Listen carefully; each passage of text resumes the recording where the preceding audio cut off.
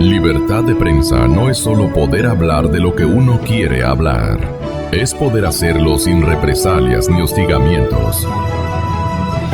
¿Por qué se tomaron este dinero y aparecía como que al negarlo, prácticamente al negar lo que tenían deuda, aparecía como una especie de atraco, pues no quieren pagar? Entonces quiere decir, ¿esto era del Estado o era de los afiliados?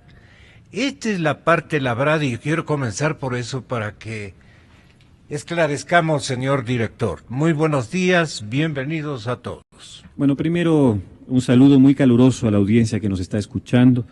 También un saludo al señor Joaquín Viteri, que acá nos acompaña, señor Mosquera. Y a usted, señor Rosero, lo primero que quisiera decirle, una vez que conozca la realidad, la verdad de los hechos, es que aspiro que en el transcurso de lo que se dé en esta mañana, en esta entrevista, la práctica, así es, usted se disculpe conmigo, públicamente a través de su propia radio, porque usted me ha calumniado, ha hablado de atraco, como lo acaba de hacer nuevamente, ha hablado de robo, ha hablado de asalto, ha hablado de estafa. Pareciera que alguien se hizo no millonario, sino multimillonario, lo cual no solamente es absolutamente falso, sino que ahora, por escucharle nuevamente lo que acaba de mencionar en este instante, se nota que no tiene nada, absolutamente nada de claridad de cómo han sido los procesos, que los hemos llevado con apego estricto de la ley. Y yo le voy a indicar, señor Rosero, cómo es que usted está tan equivocado. Primero, el Consejo Directivo del IES, y yo como su presidente, nunca, jamás hemos firmado ningún balance, ni con deuda ni sin deuda, no lo hemos firmado. Peor aún, haberlo puesto a consideración de la Superintendencia de Bancos, que es lo que ya manda la ley. ¿Y por qué lo hemos hecho? A la espera justamente de la auditoría que nosotros le pedimos a la Contraloría que haga, para que se defina si es que hay o no hay deuda. Y yo sí hablo, señor Rosero, no con calumnias, hablo con documentación y con hechos.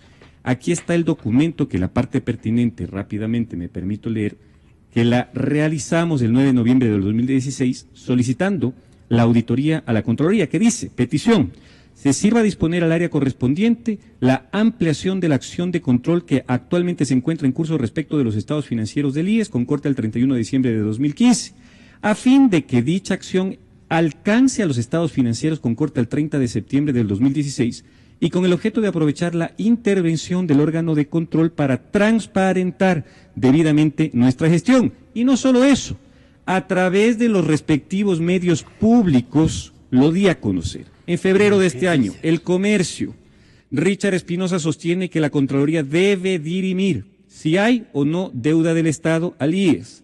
Mi directora general del IES, Giovanna León, Contraloría debe determinar este mes si existe o no deuda con el IES. El Expreso, el director del IES ofrece cumplir con el dictamen de Contraloría sobre la deuda.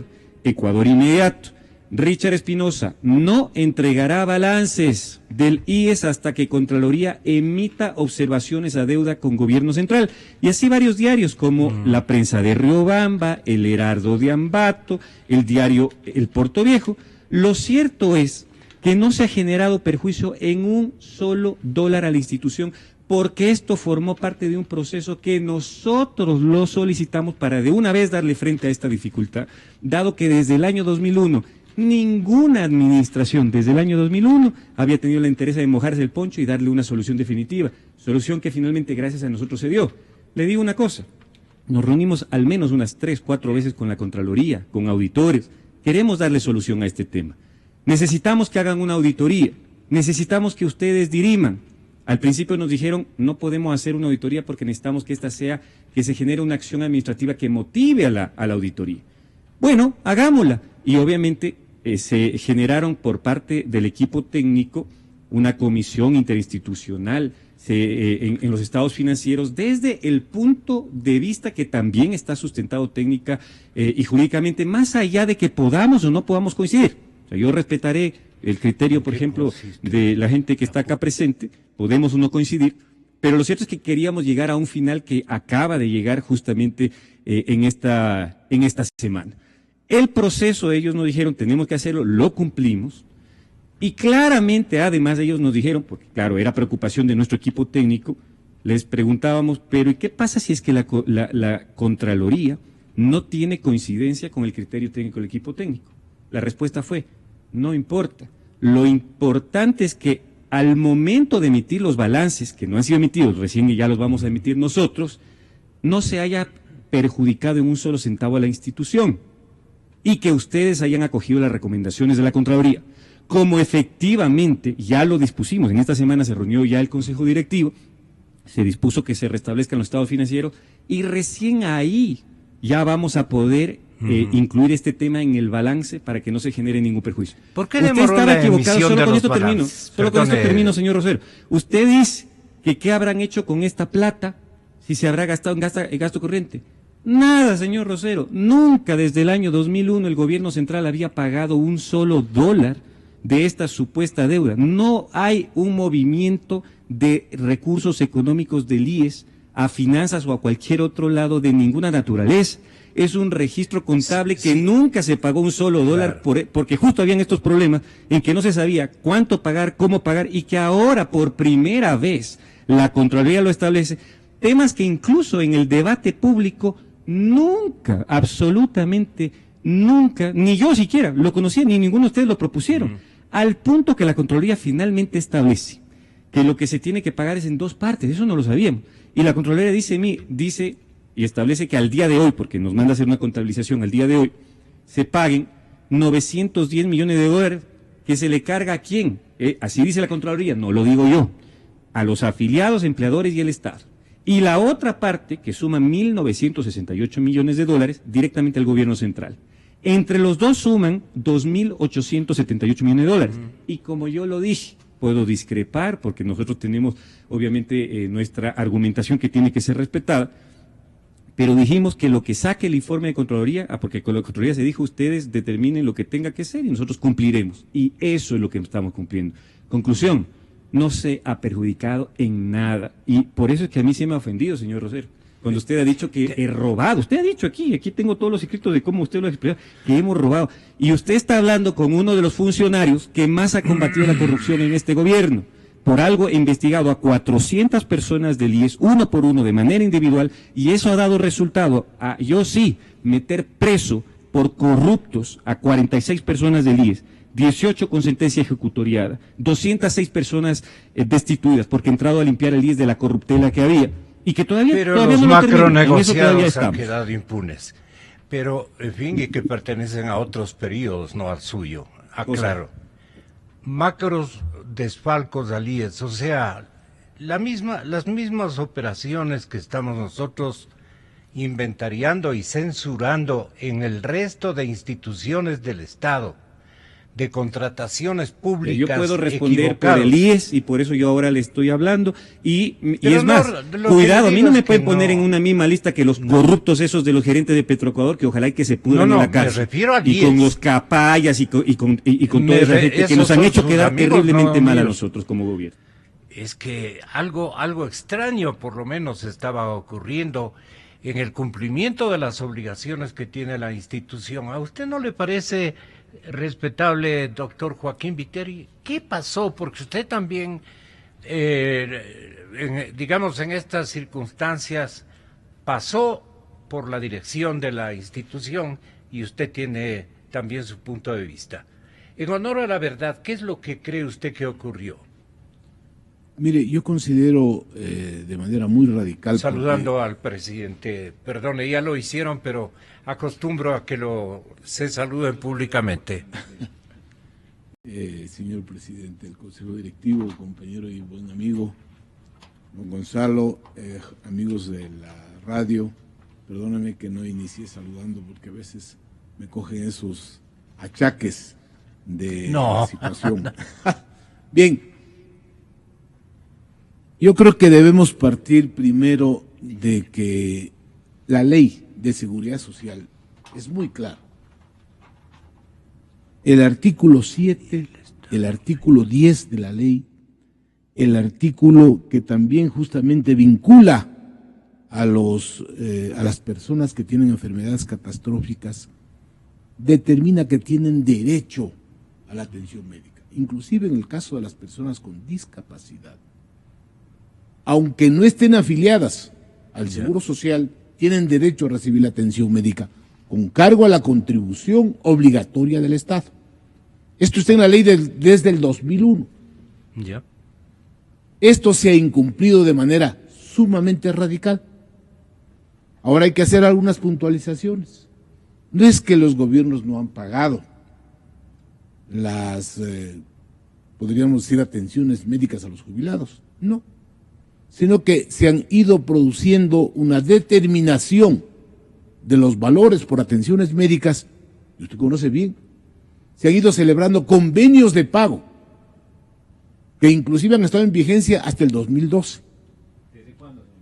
Oh, chicas, muchísimos años en que inclusive el ministro de Finanzas del gobierno del señor Correa fue el que firmó los últimos convenios, y usted lo sabe muy bien. Entonces, esta obligación existía. Aquí viene el problema en donde se distorsiona, y aquí viene la responsabilidad de las autoridades del IES. La Contraloría General del Estado, en el 2015, le dice al IES, señores, nombren un delegado. Vamos a hacer una comisión interinstitucional. Al Ministerio de Finanzas nombren otro delegado para que conjuntamente ustedes establezcan cuál es el monto de la deuda del Estado al IES por la atención médica. Y aquí comienza el problema. Esta comisión interinstitucional, y aquí viene un tema muy claro, ¿qué es el Consejo Directivo del IES para los oyentes? El Consejo Directivo del IES es la máxima autoridad. Claro. Es la que tiene la capacidad, por esa razón, la propia Contraloría en el informe preliminar es muy tajante. Dice, como es así, el Consejo Directivo del IES tiene la capacidad, la facultad de reglamentar todo lo que constituye el desenvolvimiento y el desarrollo de las prestaciones que tiene que otorgar. Eso no se puede hablar del asunto que justamente origina el conflicto de evasión del pago. Entonces, esta comisión interinstitucional, de manera absolutamente ilegítima, sin fundamento jurídico de ninguna naturaleza, resuelve pronunciarse emitiendo un informe en el sentido de que no existe deuda del Estado por atención médica a los jubilados, a las personas con discapacidad, a las personas con enfermedades catastróficas, a la jefa del hogar, que es la madre que se queda en el hogar realizando los quehaceres domésticos y el cuidado de los niños. Doctor Joaquín, ¿en qué temporalidad llegaron a esta especie de conclusión? Prácticamente en un corto tiempo. Por eso le digo, fue Pero, una... ¿en qué temporada? En la temporada 2015. Ya estando el presidente el señor Richard Espinosa. Hay que estar muy claros en esto.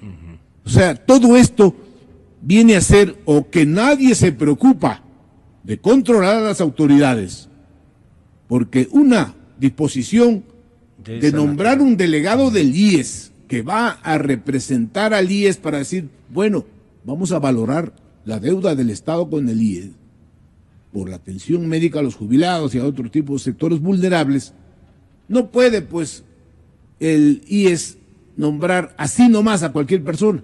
Ahí tiene que haber una intervención directa y responsabilidad, como lo dice la Contraloría, del Consejo Directivo, del presidente del Consejo Directivo y de la Dirección General. Para que actúe con independencia. Obviamente, y para que actúe sobre todo con una aplicación de la ley. Por eso yo he dicho aquí mismo, porque efectivamente, como usted bien hizo referencia, yo fui uno de los que hice esta denuncia aquí. Mire, las cosas tienen que ser absolutamente bien claras y ojalá este nuevo gobierno, podríamos ir desde el 24 de mayo, garantice algo que el país necesita. Se le llama seguridad jurídica, porque si una cosa dice la ley y otra cosa hacen las autoridades. Sí, y esto lo que usted ha hecho referencia es sumamente gravísimo, porque si bien puede ser que quiero no criticarle, ni acusarle, ni cuestionarle al señor presidente del Consejo Directivo, puede haber sido una responsabilidad de la directora general en funciones, o la que estuvo en funciones en ese momento, pero en definitiva no ha habido el control para efectos de que esta disposición legal que estamos haciendo referencia, en donde permite el derecho a los jubilados, a las personas con enfermedades catastróficas, a las personas con discapacidad, a la jefa del hogar, recibir atención médica, con cargo siempre a la contribución del Estado. Lo único que efectivamente es discutible es de las enfermedades catastróficas, efectivamente. Señor economista Mosquera, a ver, ayúdenos en esto. Gonzalo, antes de Gonzalo, que permíteme, una sola cosita, permíteme, quisiera que Joaquín, haga referencia al disculpa, convenio de pago. Sí. Mire, para que no reine la confusión, primero saludando al señor director, presidente del Consejo Directivo, al distinguido amigo que fue director general del IES en la época del doctor Rodrigo Borja, creo que es conveniente recordar anticipadamente qué es lo que sucedió, porque por respeto a la sociedad debe quedar claro los antecedentes para llegar al informe de la Contraloría, que es necesario que la sociedad entienda. De sus expresiones, Gonzalo, yo creo que muchos ecuatorianos están tan confundidos como usted. Y permítame hacer una explicación. ¿Por qué razón? El señor Espinosa ha sido últimamente presidente del Consejo Directivo del IES. Joaquín ha sido, por muchos años, fue director general del IES, el representante legal. Y perdonen que voy a hablar en primera persona. Yo estuve 4 años en la Comisión Técnica de Inversiones del IES y 2 como su presidente. Entonces yo fui testigo presencial de los asuntos que sucedieron anteriormente. Entonces sí creo yo que la sociedad debe, por respeto a la sociedad ecuatoriana, conocer qué efectivamente pasó. Y solamente me voy a referir a los 15 últimos años en donde, siendo presidente, el coronel Lucio Gutiérrez y su ministro de Finanzas, el señor Mauricio Pozo, en la Comisión de los Trabajadores del ex Congreso Nacional, hoy Asamblea, se firmó un convenio, y me podrá testificar posiblemente Joaquín, en donde el Estado asumió la responsabilidad de encontrarle una solución al déficit actuarial, que en ese momento eran ya de 3.700 millones de dólares, hecho por una consultora ecuatoriana de nombre Actuaria y auditado por una compañía brasileña de nombre Mercer, es decir, quedó en firme ese estudio actuarial, que es a futuro la diferencia entre ingresos y gastos presentes y futuros frente a los ingresos presentes y futuros que tenga, que eso es un balance actuarial. Posteriormente, en el año 2005, el Seguro Social, en base a una ley tramitada en el Congreso, devolvió y se hizo fondo de reparto el fondo de reserva, que no se lo podía retirar sino a los 3 años. Eso descapitalizó también la forma de acumulación de dinero en el Instituto Ecuatoriano de Seguridad Social. Posteriormente, ya en la administración del señor economista Rafael Correa, siendo su ministro el señor Fausto Ortiz y representante del Consejo Superior del IES, el señor Flores, el economista Flores, Rubén Flores Agreda, si no estoy equivocado, se firmó el convenio en donde la deuda histórica, porque son 3 vertientes lo que le debe el Estado a la seguridad social, la deuda histórica se convirtió en 888 millones de dólares, de los cuales una partecita se pagó en dinero y el resto con bonos. Pero eso no quiere decir, permítame, señor Espinosa, eso no quiere decir que se refiere a la deuda del fondo de pensiones, que es otra cosa. El fondo de pensiones es un fondo de reparto, es decir, lo que entra, sale. Y es por eso que yo sí me contenté expresiones del señor Espinosa cuando reclamó a un anterior presidente del Consejo Directivo que con todo ese dinero que tenía el fondo de pensiones no se construyó los hospitales que necesitaba la seguridad social y se hizo el caldo gordo a las clínicas particulares que recibieron enorme cantidad de recursos, y que eso descapitalizó el fondo de salud y que tuvo últimamente que hacer este asunto de cambiar del fondo de pensiones para solucionar el problema del fondo de salud.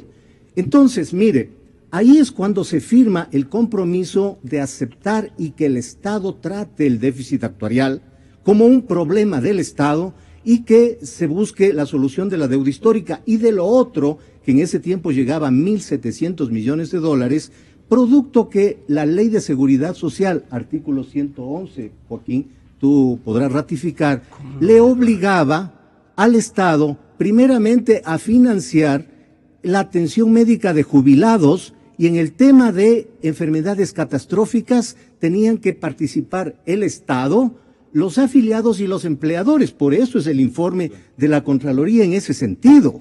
Entonces, mire, si es que esto simplemente se iba acumulando, y contesto la pregunta que usted le hizo a Joaquín Viteri, en el sentido de que esto era una cuenta contable que se iba acumulando, porque sí existe forma de cuantificar, y eso es falso que no se ha podido cuantificar. Cuando va al hospital del IES una persona que es jubilada, eso queda registrado. Cuando va una persona de menos de 18 años que se hizo esta reforma de manera irresponsable, sin financiamiento, eso queda registrado. Y por eso se fue acumulando, y es eso el resultado del informe de la Contraloría, que dice que hasta septiembre del año 2016 eran 2.500 y algo más millones de dólares, y hoy hay que sumarle 300 millones más, y que llega casi a 2.900 la deuda por este concepto. Entonces, ¿qué es lo que ha hecho el Consejo Superior del IES? Consultarle a la Contraloría, pero cuando nosotros cumplimos tan delicadas funciones al frente de la Comisión Técnica de Inversiones del IES, no solo la Contraloría, que hay un convenio entre la Contraloría y la Superintendencia de Bancos, en donde es la Superintendencia de Bancos quien tiene que controlar los fondos de pensión, la sostenibilidad financiera del fondo de pensión, y la Contraloría solo la parte administrativa. Entonces, habiendo ese convenio, era muy transparente la información que salía, y hay informes de la superintendencia, no uno, varios. Y especialmente hubieron 3 acuerdos posteriormente a la del señor Fausto Ortiz, entre el señor ministro de Finanzas, el representante legal del IES, que era el presidente, el director general, estando en funciones del señor Ramiro González como presidente del Consejo Directivo del IES. 3 reconocimientos de que eso tenía que solucionarse. Entonces, según informe de prensa, se conoce que, tomándose atribuciones, según incluso criterio de Joaquín Viteri, tomándose atribuciones, esa comisión determina que no hay cómo cuantificar. Eso no es cierto. Si no, la Contraloría no llegaría a la cifra que este momento tiene en su informe. Entonces, en ese sentido, siendo que el problema de la seguridad social, licenciado Rosero, Gonzalo, siendo que el problema de la seguridad social es un problema nacional, en este momento que el señor licenciado Moreno, presidente de la República, quiere el diálogo nacional, es necesario, como lo hizo Chile, como lo hizo Uruguay, conformar una comisión de alto nivel de expertos para solucionar un problema que va a ser de incalculable efecto social después de algunos años, producto de haber eliminado el 40% de los aportes que financian las jubilaciones.